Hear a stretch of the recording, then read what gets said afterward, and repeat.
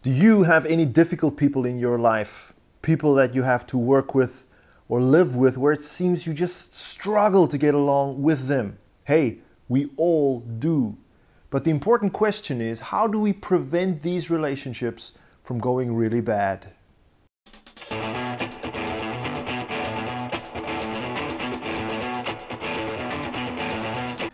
Proverbs 14:21 says, "It is a sin to despise one's neighbor, but blessed is he who is kind to the needy."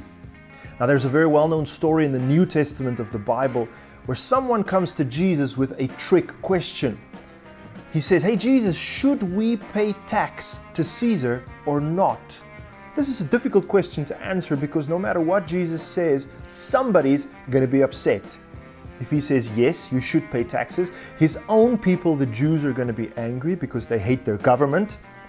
And if he says, no, you don't have to, then the government, the Romans, are going to be really angry. But Jesus does something brilliant.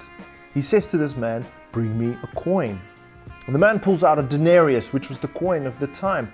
And Jesus says, "Hey, whose image is on the coin?" And the man says, "Well, it's the image of Tiberius, the emperor, Caesar." And then Jesus says the following. He says, "Well, then give to Caesar what belongs to Caesar, and give to God what belongs to God." If this man was really sharp, he would have asked a follow-up question. He would have said, "Well, what are you talking about? What belongs to God?"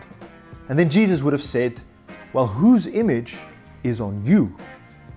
Because while it's true that the emperor's image is on the coin, so you need to pay some tax to him, it's also true that God's image rests on you and on the life of every person on the planet. Those at the top of the social ladder, all the way to those at the very bottom of the social ladder, the needy, that this verse says we should be kind to, the widows and the orphans and the refugees. And God's image, in a very precious way, also rests on difficult people in your life. We all have them, whether it's a family member or a work colleague or someone that we just cannot get along with because of something that happened in our past or because our personalities clash. It is easy for these relationships to spiral downward and for us to start hating or even despising these people. If that's true in your life, maybe you need to take out a euro coin. You need to remind yourself that yes, the European continent is on here. It's okay to pay tax. God is not against that. But more important than that is the idea that God's image rests on every person, including the difficult people in my life. Sometimes that image is broken or marred because of sin.